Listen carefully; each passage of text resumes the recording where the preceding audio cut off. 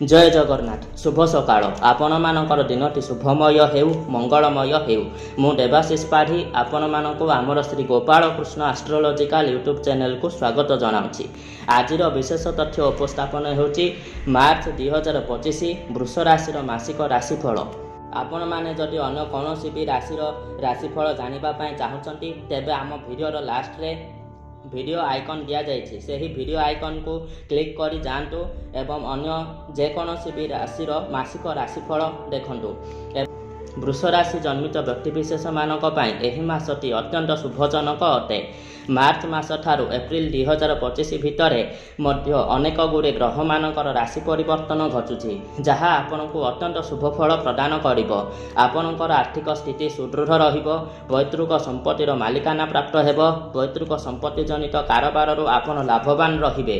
वाक् चातुरी एवं वाक् सिद्धि प्राप्त हेबो। निजर कथा कहवा शैली जोगु जनमानसरे समस्तंकर प्रशंसा शांतिबे। शत्रु माने सुप्त अवस्थारे रहिबे। जे कौनसी विषय रे अधिक ज्ञान आहरण करिवार सुजोग प्राप्त हेबो। कौनसी जगार अटकी रहिथिबा अर्थ मध्य प्राप्त होई पारे। कर्म क्षेत्र में शुभ फल प्राप्त हेबो। कर्महीन युवक युवती माने निजर योग्यता अनुसार कर्म नियुक्ति पाइबे। आयर परिमाण मध्यम धरणर रहिबो। वाणिज्य व्यवसाय क्षेत्र में सावधानता अवलंबन करिबा निहाती आवश्यक अटे नचेत क्षति सहिबाकु परि पारे।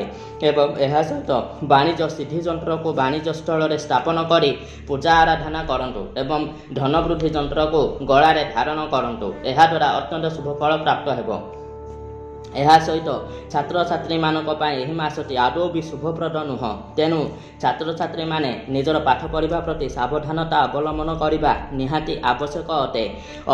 अधिक कठिन कठिन परिश्रम करी पाठ करंतु एवं माँ सरस्वती यंत्र धारण करंतु जहा द्वारा अत्यंत शुभ फल प्राप्त हेबो।